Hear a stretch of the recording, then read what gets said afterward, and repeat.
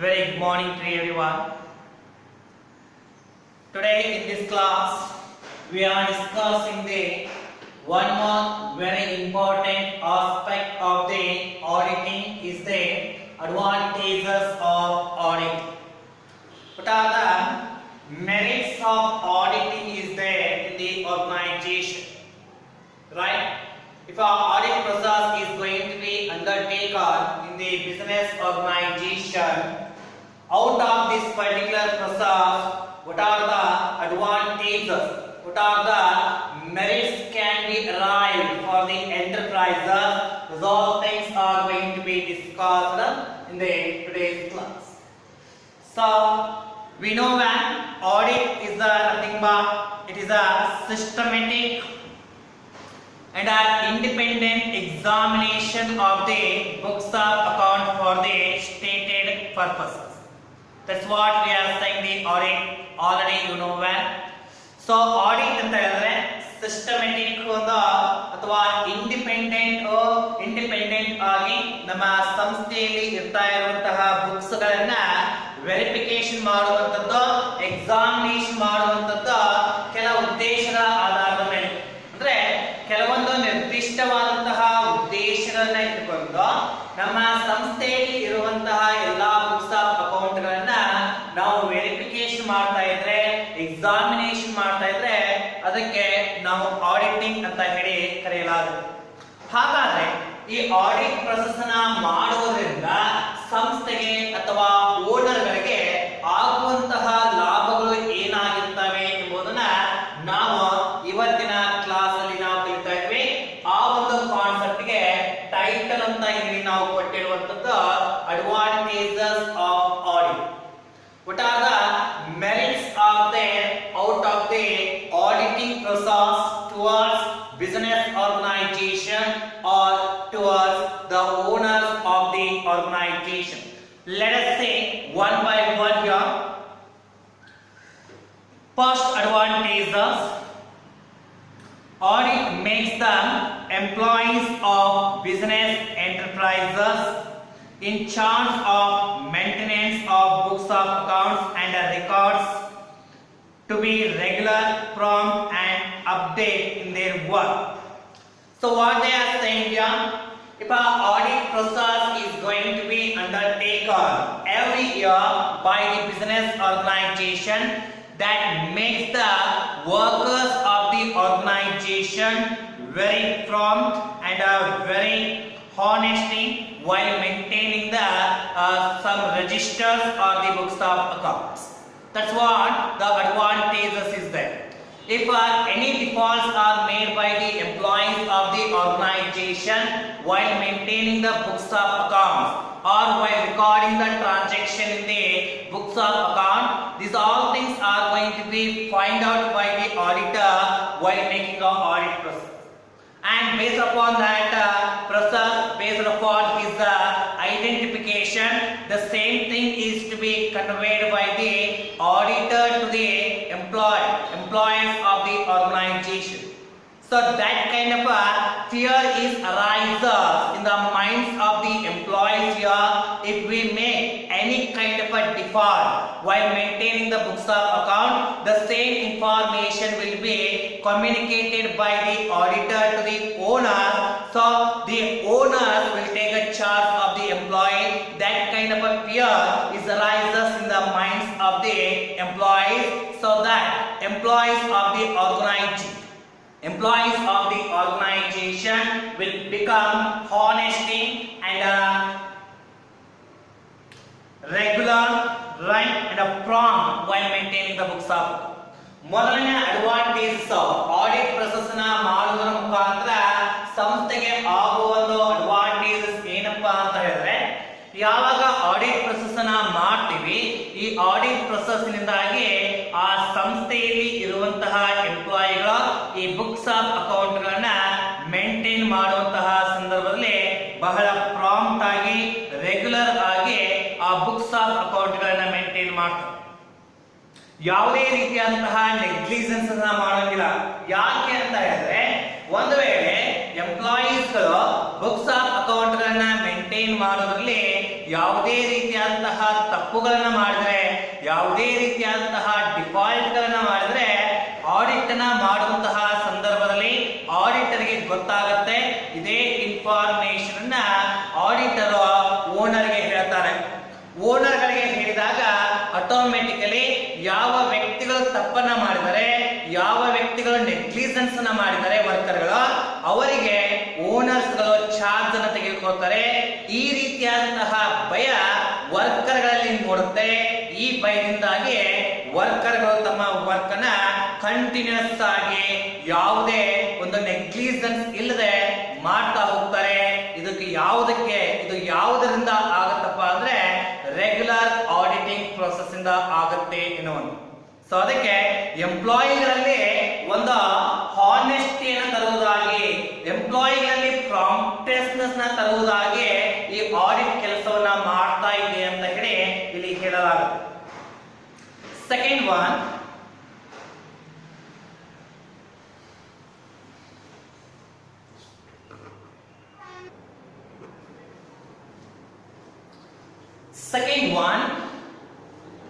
audit helps in the prompt detection of errors and frauds, if any, committed by the employees of the enterprise.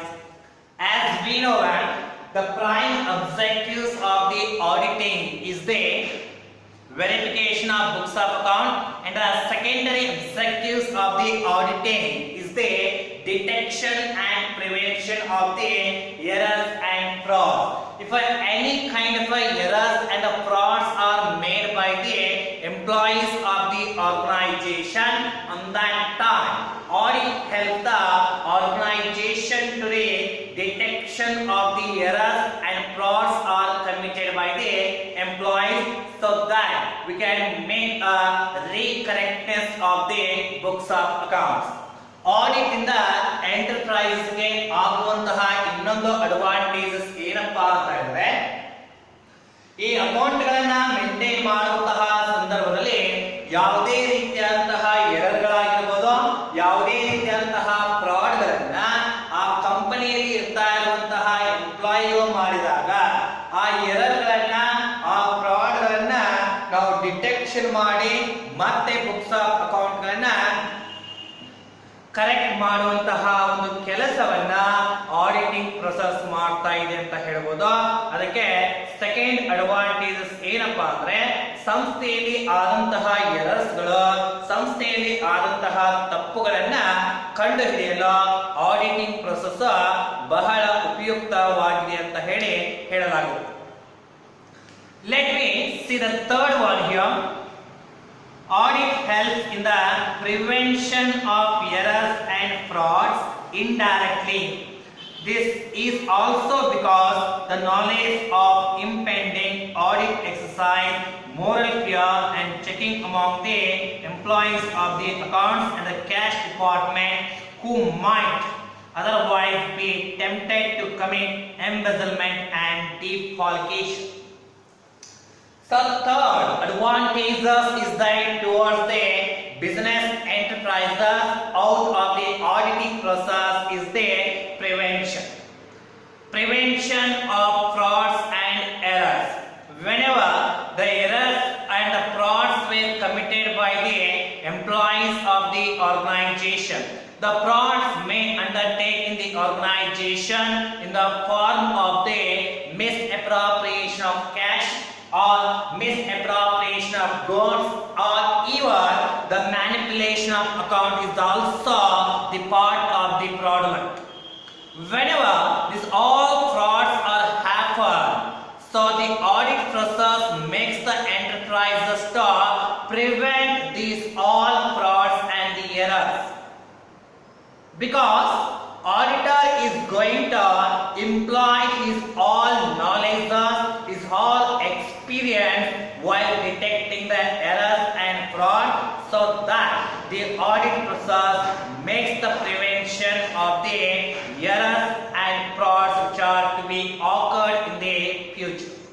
ಅರ್ಥ ಏನಾದ್ರೆ, ಮೂರನೇ advantages enterprise ಗೆ audit ಇಂದ ಇರ್ತಾ ಇರುವುದು ಏನಪ್ಪಾ ಅಂತ ಹೇಳಿದ್ರೆ, ಈ ಆಡಿಟ್ ಪ್ರೊಸೆಸ್ ನಿಂದಾಗಿ ಸಂಸ್ಥೆಯಲ್ಲಿ ವರ್ಕರ್ಗಳಿಂದ ಆದಂತಹ ಮಿಸ್ಟೇಕ್ಗಳು ಆದಂತಹ ಫ್ರಾಡ್ಗಳನ್ನ ತೆಗೆದುಹಾಕಲು ಆಡಿಟ್ ಪ್ರೊಸೆಸ್ ಬಹಳ ಉಪಯುಕ್ತಕಾರಿ ಆಗಿದೆ ಅಂತ ಹೇಳ್ತಾರೆ. ಯಾವಾಗ ಒಬ್ಬ ಎಂಪ್ಲಾಯಿ ಎರರ್ನ ಮಾಡ್ತಾನೆ, ಫ್ರಾಡ್ ಅನ್ನ ಮಾಡ್ತಾನೆ, ಈ ಎರರ್ ಮತ್ತು ಫ್ರಾಡ್ ಅನ್ನ ಆ ಆಡಿಟರ್ ತಮ್ಮ ಆಡಿಟ್ ಪ್ರೊಸೆಸ್ ಅಲ್ಲಿ ಫೈಂಡ್ ಔಟ್ ಮಾಡಿ ನಂತರ ಅದನ್ನ ಪ್ರಿವೆನ್ಷನ್ ಮಾಡ್ತಾರೆ, ತೆಗೆದು ಹಾಕ್ತಾರೆ. ಈ ರೀತಿಯಾಗಿ ಈ ಆಡಿಟ್ ಪ್ರೊಸೆಸ್ ಸದ್ಯದ ಮಟ್ಟಿಗೆ ಅಷ್ಟೇ ಅಲ್ಲ, ಫ್ಯೂಚರ್ ಅಲ್ಲಿ ಆಗುವಂತಹ ಎರರ್ಗಳಾಗಿರ್ಬೋದು, ಫ್ಯೂಚರ್ಗಳಲ್ಲಿ ಆಗುವಂತಹ ತಪ್ಪುಗಳಾಗಿರ್ಬೋದು, ಅವುಗಳನ್ನು ಕೂಡ ತಡೆಗಟ್ಟಲು ಕೂಡ ಇಲ್ಲಿ ನಮ್ಮ ಆಡಿಟ್ ಪ್ರೊಸೆಸ್ ಬಹಳ ಉಪಯುಕ್ತಕಾರಿ ಆಗಿದೆ ಅಂತ ಹೇಳಲಾಗುತ್ತೆ. And a fourth one, the fourth advantages of audit process here,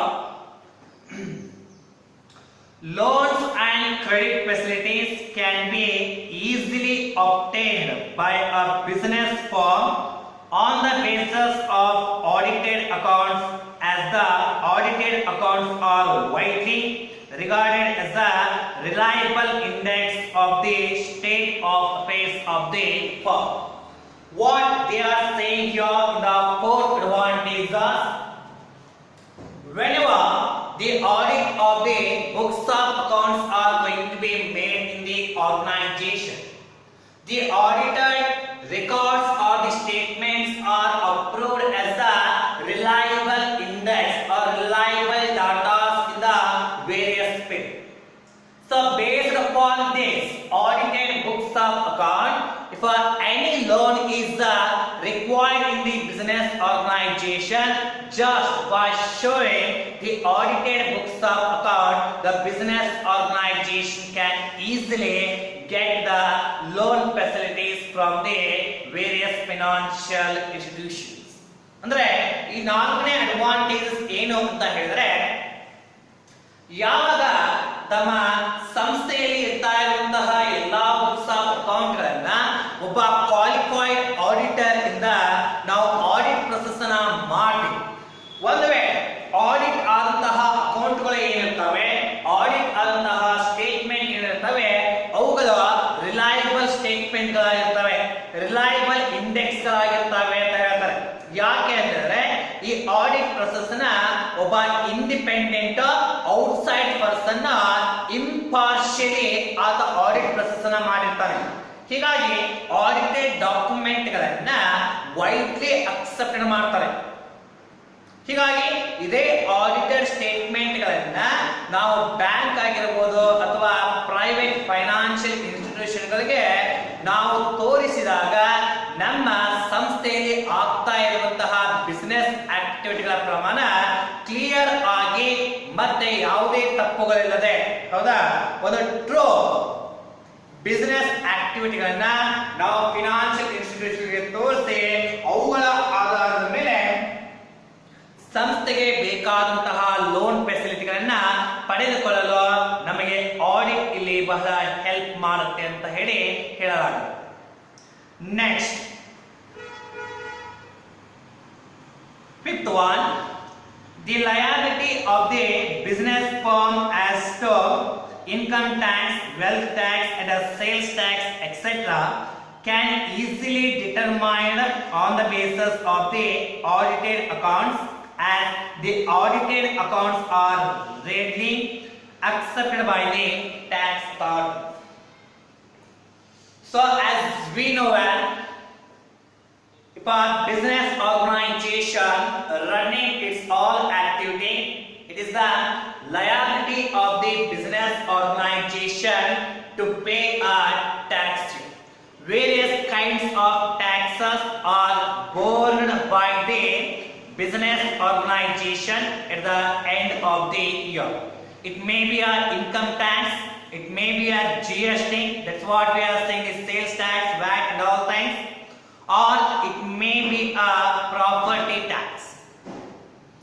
So this audited books of accounts are accepted by rapidly or readily accepted by the tax authorities.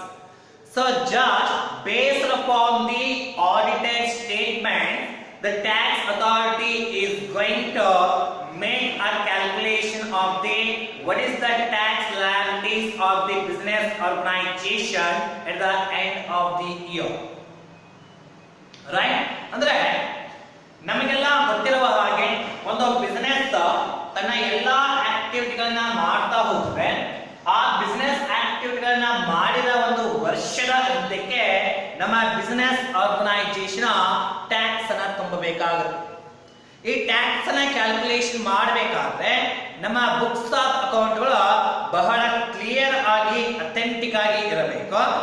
ಒಂದು ವೇಳೆ ನಮ್ಮ ಸಂಸ್ಥೆಯಲ್ಲಿ ನಾವು ಬುಕ್ಸ್ ಆಫ್ ಅಕೌಂಟ್ಗಳನ್ನ ಆಡಿಟ್ ಮಾಡ್ತಾ ಇದ್ದೀವಿ ಅಂತ ಹೇಳಿದಾಗ ಆಟೋಮೆಟಿಕಲಿ ಈ ಆಡಿಟೆಡ್ ಬುಕ್ಸ್ ಆಫ್ ಅಕೌಂಟ್ಗಳ ಆಧಾರದ ಮೇಲೆ ಟ್ಯಾಕ್ಸ್ ಅಥಾರಿಟಿ ಟ್ಯಾಕ್ಸ್ ಲಯಬಿಲಿಟಿ ಎಷ್ಟಾಗುತ್ತೆ ಎಂಬುದನ್ನು ಕ್ಯಾಲ್ಕುಲೇಷನ್ ಮಾಡಿ ನೋಡ್ರಿ.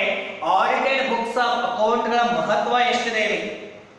ಆಡಿಟೆಡ್ ಬುಕ್ಸ್ ಆಫ್ ಅಕೌಂಟ್ಗಳನ್ನು ನೋಡಿದ್ರೆ ಟ್ಯಾಕ್ಸ್ ಅಥಾರಿಟಿ ಕೂಡ ಬಿಲೀವ್ ಮಾಡುತ್ತೆ ಇದರಲ್ಲಿ ಯಾವುದೇ ಎರರ್ಸ್ ಮತ್ತೆ ಫ್ರಾಡ್ಸ್ ಗಳಿಲ್ಲ. ಇವುಗಳನ್ನು ನಾವು ಈಸಿಯಾಗಿ ನಂಬಿ ಇದರ ಆಧಾರದ ಮೇಲೆ ಎಷ್ಟು ಟ್ಯಾಕ್ಸ್ ಲಯಬಿಲಿಟಿ ಆಗುತ್ತೆ ಎಂಬುದನ್ನು ಕ್ಯಾಲ್ಕುಲೇಷನ್ ಮಾಡಬಹುದು ಅಂತ ಹೇಳಿ ಅವರು ಕೂಡ ನಂಬ್ತಾರೆ. ಅದಕ್ಕೆ ಆಡಿಟೆಡ್ ಬುಕ್ಸ್ ಆಫ್ ಅಕೌಂಟ್ಗಳನ್ನ ನಮ್ಮ ಟ್ಯಾಕ್ಸ್ ಅಥಾರಿಟಿ ಕೂಡ ಬಿಲೀವ್ ಮಾಡಲಾಗುತ್ತೆ. ಇದರಿಂದ ನಮ್ಮ ಸಂಸ್ಥೆಯ ಟ್ಯಾಕ್ಸ್ ಲಯಬಿಲಿಟಿ ಎಷ್ಟಾಗುತ್ತೆ ಎಂಬುದನ್ನ ನಾವು ಈಸಿಯಾಗಿ ಕ್ಯಾಲ್ಕುಲೇಷನ್ ಮಾಡಬಹುದಾಗಿದೆ. The next one, sixth one, in case a running business is to be sold, there arises the need of valuation of assets and liabilities and a determination of purchase consideration to be received by the vendors. This can be easily determined on the basis of audited accounts. So here one more very important aspect we are discussing, that is the sale of the business organization. If any seller wants to sell his running business to another person, on that while selling the business organization to the another person, on that we need to make a calculation of the total assets, total liabilities and a purchase consideration to be received by the seller from the purchaser. So this is very easily can be done based on the audited results, based on the audited books of accounts. So there arises one more name, one more importance of the audited books of accounts.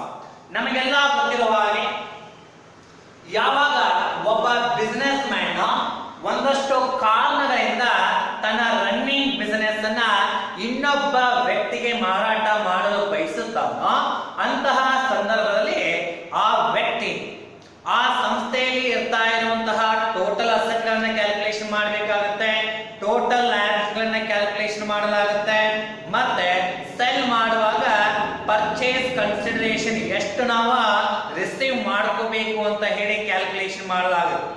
ಇವೆಲ್ಲ aspect ಆ ಸಂಸ್ಥೆಯ total ಎಷ್ಟು asset ಎಷ್ಟಿದೆ, total liability ಎಷ್ಟಿದೆ, ಮತ್ತೆ total purchase consideration ಎಷ್ಟಾಗುತ್ತೆ, ಇವೆಲ್ಲ aspect ಗಳನ್ನ ನಾವು ಈಸಿಯಾಗಿ ಕ್ಯಾಲ್ಕುಲೇಷನ್ ಮಾಡಬಹುದು. ಯಾವಾಗ ಅಂತ ಹೇಳಿದ್ರೆ ಆಡಿಟೆಡ್ ಬುಕ್ಸ್ ಆಫ್ ಅಕೌಂಟ್ಗಳು ಇದ್ದಾಗ. ಯಾಕಂದ್ರೆ ಆಡಿಟೆಡ್ ಬುಕ್ಸ್ ಆಫ್ ಅಕೌಂಟ್ ಗಳಲ್ಲಿ ಪ್ರತಿಯೊಂದು ಇನ್ಫಾರ್ಮೇಶನ್ ಅನ್ನು ನಾವು ಕ್ಲಿಯರ್ ಆಗಿ ವ್ಯಾಲ್ಯೂಯೇಷನ್ ಮಾಡಲಾಗಿರುತ್ತೆ, ಕ್ಲಿಯರ್ ಆಗಿ ವೆರಿಫೈ ಮಾಡಲಾಗಿರುತ್ತೆ. ಅವುಗಳ ಆಧಾರದ ಮೇಲೆ ಒಂದು ಬಿಸಿನೆಸ್ ಅನ್ನ ಇನ್ನೊಬ್ಬ ವ್ಯಕ್ತಿಗೆ ಮಾರಾಟ ಮಾಡುವಾಗ ಅಸೆಟ್ ಬೆಲೆ ಎಷ್ಟಿದೆ, ಲಯಬಿಲಿಟಿ ಬೆಲೆ ಎಷ್ಟಿದೆ, ಮತ್ತೆ ಎಷ್ಟು ಪರ್ಚೇಸ್ ಕನ್ಸಿಡರೇಷನ್ ರಿಸೀವ್ ಮಾಡಬೇಕು ಎಂಬುದನ್ನ ಈಸಿಯಾಗಿ ಕ್ಯಾಲ್ಕುಲೇಷನ್ ಮಾಡಲು ನಮ್ಮ ಆಡಿಟ್ ಪ್ರೊಸೆಸ್ ಅಲ್ಲಿ ಹೆಲ್ಪ್ ಅನ್ನ ಮಾಡಲಾಗುತ್ತೆ, ಮಾಡ್ತಾ ಇದೆ ಅಂತ ಹೇಳಿ ಹೇಳಲಾಗುತ್ತೆ. The next one,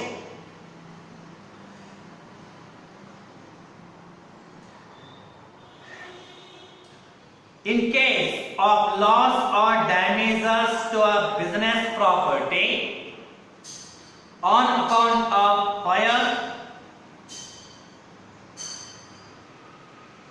on account of some other causes, there arises the need for computation of claims The audited accounts helps in the determination of the insurance claim.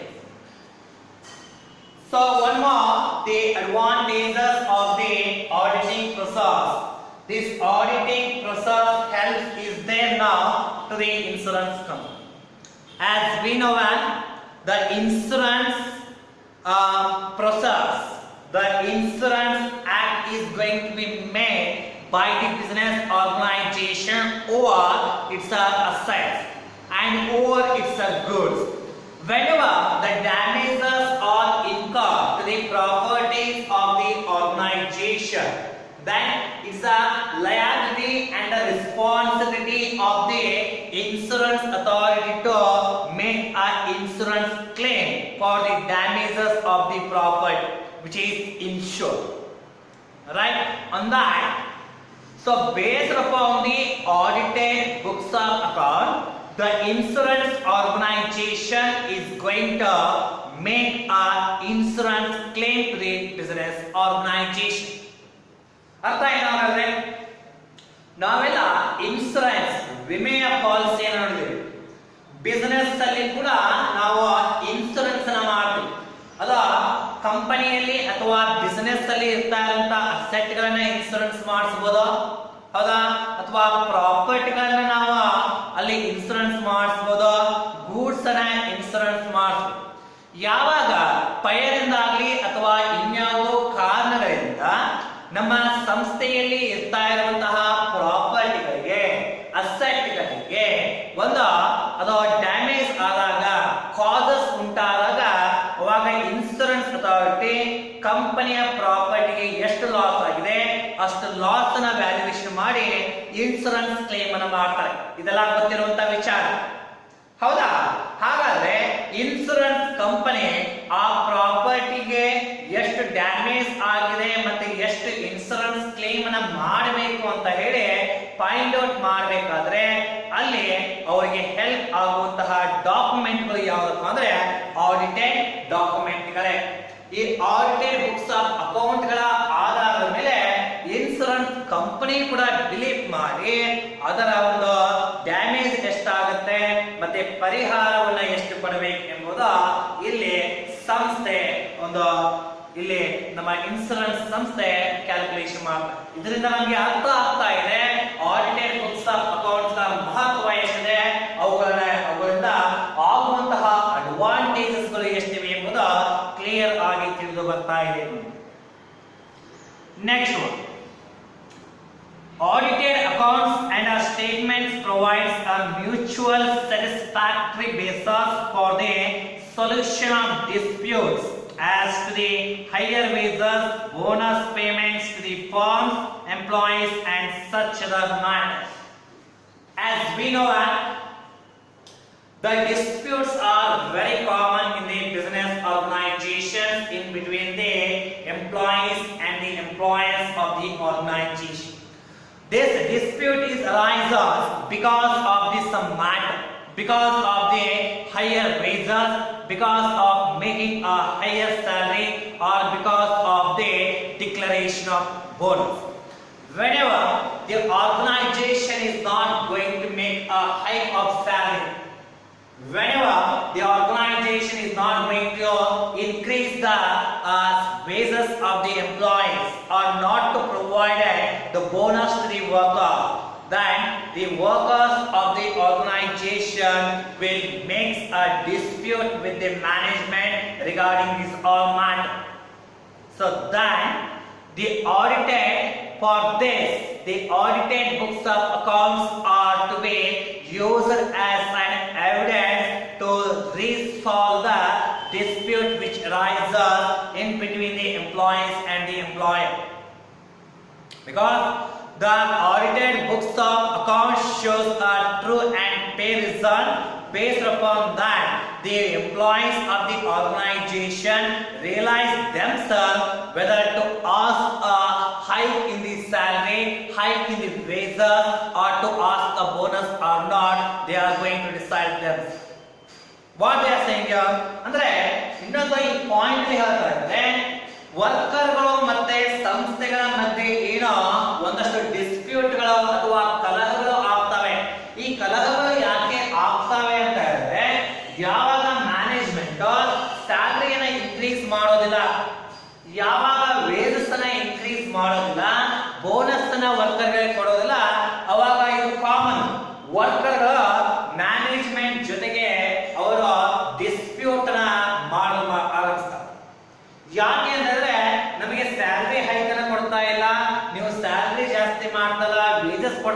Bonus ಕೊಡ್ತಾ ಇರುವಂತ ಕಾರಣಕ್ಕಾಗಿ ಅವರು ಜಗಳವನ್ನ ಮಾಡ್ತಾ ಹೋಗ್ತಾರೆ. ಈ ಜಗಳಗಳಿಂದ ಮುಕ್ತಿ ಯಾವಾಗ ಸಿಗುತ್ತಪ್ಪ ಅಂದ್ರೆ ನಮ್ಮ ಮ್ಯಾನೇಜ್ಮೆಂಟ್ ನಮ್ಮ ಕಂಪನಿಗೆ ಲಾಸ್ ಆಗಿದೆ, ಹೌದಾ, ಕಂಪನಿಗೆ ಒಂದಷ್ಟು ಕಡಿಮೆ ಪ್ರಾಫಿಟ್ ಆಗಿದೆ ಎಂಬುದನ್ನ ವರ್ಕರ್ಗೆ ಹೇಳಬೇಕಾಗುತ್ತೆ. ಹೇಳಿದಾಗಲೂ ಕೂಡ ವರ್ಕರ್ಗಳು ಆ ಒಂದು ಇನ್ಫಾರ್ಮೇಶನ್ ಬಿಲೀವ್ ಮಾಡದೇ ಇದ್ದಾಗ ಅವರಿಗೆ ಆಡಿಟೆಡ್ ಬುಕ್ಸ್ ಆಫ್ ಅಕೌಂಟ್ ಗಳನ್ನ ತೋರಿಸಿದ್ರೆ ಮನವರಿಕೆ ಆಗಿಬಿಡುತ್ತೆ. ವರ್ಕರ್ಗಳು ಕೂಡ ಬಿಲೀವ್ ಮಾಡುವುದರ ಮುಖಾಂತರ ತಮ್ಮ ಡಿಸ್ಪ್ಯೂಟ್ ಅನ್ನು ನಿಲ್ಲಿಸಿ ಸಂಸ್ಥೆಯ ಕಾರ್ಯಗಳಲ್ಲಿ ತೊಡಗ್ತಾ ಹೋಗ್ತಾರೆ. ಇದರಿಂದ ವರ್ಕರ್ಗಳು ಮತ್ತೆ ಮ್ಯಾನೇಜ್ಮೆಂಟ್ ನಡುವೆ ನಡೀತಾ ಇರುವಂತಹ ಕಲಹಗಳಿಗೆ ಒಂದು ತೆರೆ ಬೀಳುತ್ತೆ ಎನ್ನಲಾಗುತ್ತೆ.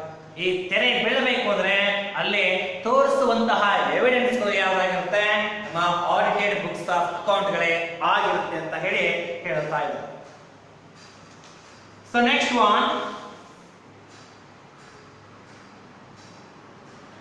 the audited accounts and records are easily accepted in the court of law as they regarded as more reliable and authenticated as evidence. Whenever the case is that in relation to the business organization, the case may be imposed here or sued by some other person or the business organization, or some other situation also we can assume here. Here business organization itself put a case to the or third person.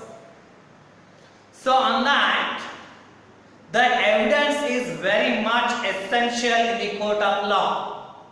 Then the court of law is going to accept a reliable proof, that is audited books of. So ಇಲ್ಲಿ last point ನಮ್ಮ advantage ಅಲ್ಲಿ ಏನ್ ಹೇಳ್ತಾ ಇದ್ದಾರೆ ಅಂತ ಹೇಳಿದ್ರೆ, ಕಂಪನಿಗೆ ಸಂಬಂಧಪಟ್ಟ ಹಾಗೆ ಯಾವುದೇ ಒಂದು ಕೇಸ್ ಕೋರ್ಟ್ ಆಫ್ ಲಾದಲ್ಲಿ ಇದ್ದಾಗ, ಅದು ಕಂಪನಿಗೆ ಕೇಸ್ ಮಾಡಿರ್ಬೋದು ಅಥವಾ ಕಂಪನಿಯ ಮೇಲೆ ಕೇಸನ ಹಾಕಿರ್ಬೋದು, ಅಲ್ಲಿ ನಮ್ಮ ಕೋರ್ಟ್ ಆಫ್ ಲಾಗೆ ಕೋರ್ಟ್ಗೆ ಯಾವುದೇ ಕಂಪನಿಗೆ ಸಂಬಂಧಪಟ್ಟ ಹಾಗೆ ನಮ್ಮ ಎವಿಡೆನ್ಸ್ಗಳು ಬೇಕಾಗಿದ್ರೆ ಅಂತಹ ಸಂದರ್ಭದಲ್ಲಿ ಆಡಿಟೆಡ್ ಬುಕ್ಸ್ ಆಫ್ ಅಕೌಂಟ್ ಗಳನ್ನ ಕೋರ್ಟ್ಗೆ ನಾವು ಎವಿಡೆನ್ಸ್ ಅಂತ ಹೇಳಿ ಕೊಡಬಹುದಾಗಿದೆ.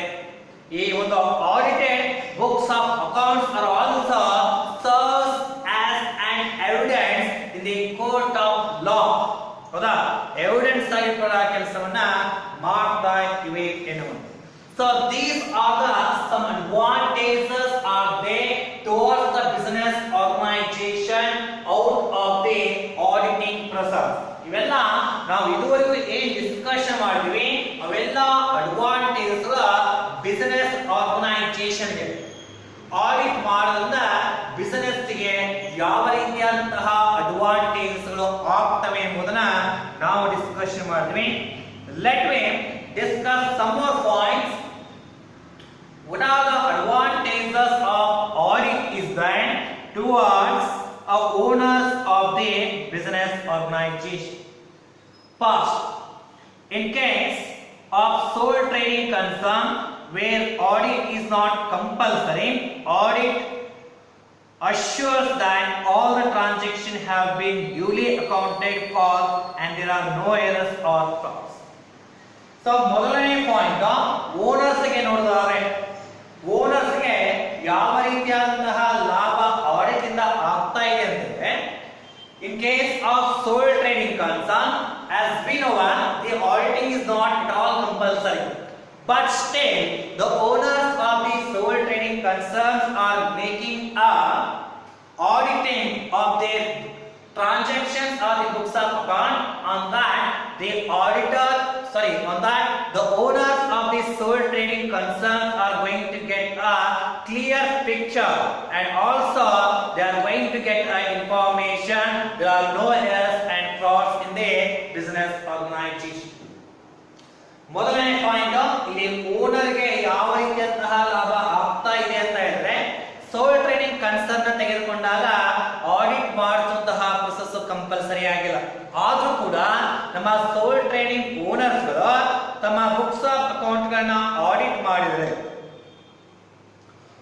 ಮಾಡಿದಾಗ ಆ ಆಡಿಟೆಡ್ ಬುಕ್ಸ್ ಆಫ್ ಅಕೌಂಟ್ಸ್ ಇಂದ ಅವರಿಗೆ ಮನವರಿಕೆ ಆಗುತ್ತೆ ಎರರ್ಸ್ ಇದೆಯಾ ಅಥವಾ ಫ್ರಾಡ್ಸ್ ಇದೆಯಾ ಎಂಬುದು ಮನವರಿಕೆ ಆಗುತ್ತೆ ಎಂಬುದು. Next,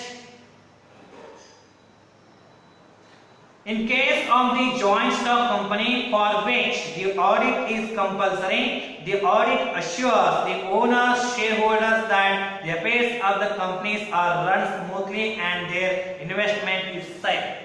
In case of the owners of the joint stock company, the auditing process is also ensures the owners of the organization that the owners of the organization, that owners in the sense it may be a board of director or it may be a shareholders of the organization.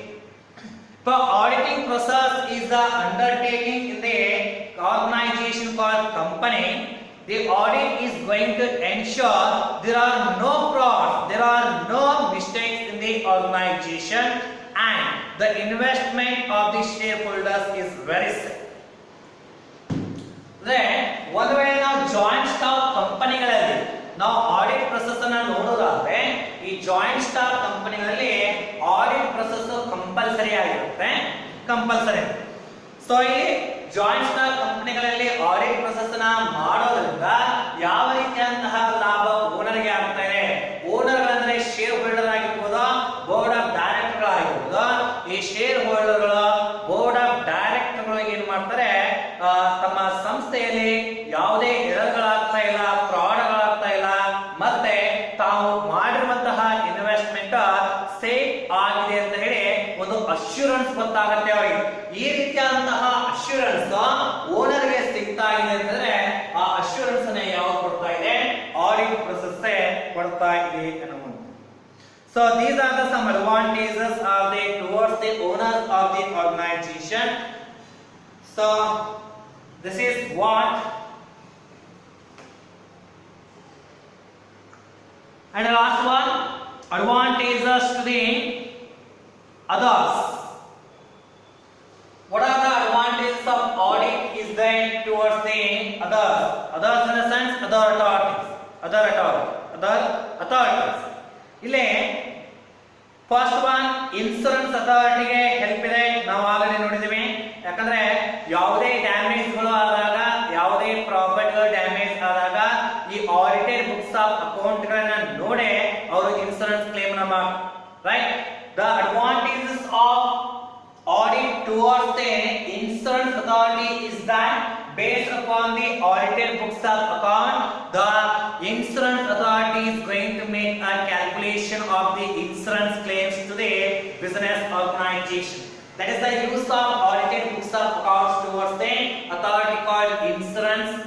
And even the auditor process is also very much help to the one more authority called tax authority, right? Whenever the calculation of tax liability, the responsibility of the tax department is there, that is to be done by the tax department with the help of audited books of accounts. ಹೌದಾ? ಇನ್ನೊಂದು advantage, ನಮ್ಮ business ಅಲ್ಲಿ ಆದಂತಹ transaction ಆಧಾರದ ಮೇಲೆ ನಮ್ಮ tax authority ಏನ್ ಮಾಡುತ್ತೆ? ಟ್ಯಾಕ್ಸ್ ಅನ್ನ ಕ್ಯಾಲ್ಕುಲೇಷನ್ ಮಾಡ್ತಾರೆ. ಈ ಟ್ಯಾಕ್ಸ್ ಅನ್ನ ಕ್ಯಾಲ್ಕುಲೇಷನ್ ಮಾಡುವಾಗ ಟ್ಯಾಕ್ಸ್ ಅಥಾರಿಟಿ ಯಾವುದರ ಆಧಾರದ ಮೇಲೆ ಮಾರುತ್ತೆ ಅಂತಂದ್ರೆ ಅವರ ಬುಕ್ಸ್ ಆಫ್ ಅಕೌಂಟ್ಗಳು ಏನು ಆಡಿಟ್ ಆಗಿರ್ತವೆ ಅವುಗಳ ಆಧಾರದ ಮೇಲೆ ನಾವು ಟ್ಯಾಕ್ಸ್ ಅನ್ನ ಇಲ್ಲಿ ಕ್ಯಾಲ್ಕುಲೇಷನ್ ಮಾಡುವಾಗ. So these all are the advantages of audits in the organisation. ನಾವು ಈ ಒಂದು ಕ್ಲಾಸ್ ಅಲ್ಲಿ ಏನ್ ಕಲ್ತೀವಿ? what are the advantages of audit is that towards business organization, towards owners of the organization, and towards the other persons in the sense other authorities. These are the some advantages, and in next class we'll have a discussion with the limitation and the drawbacks of the audits or disadvantages of audits. Okay, thank you.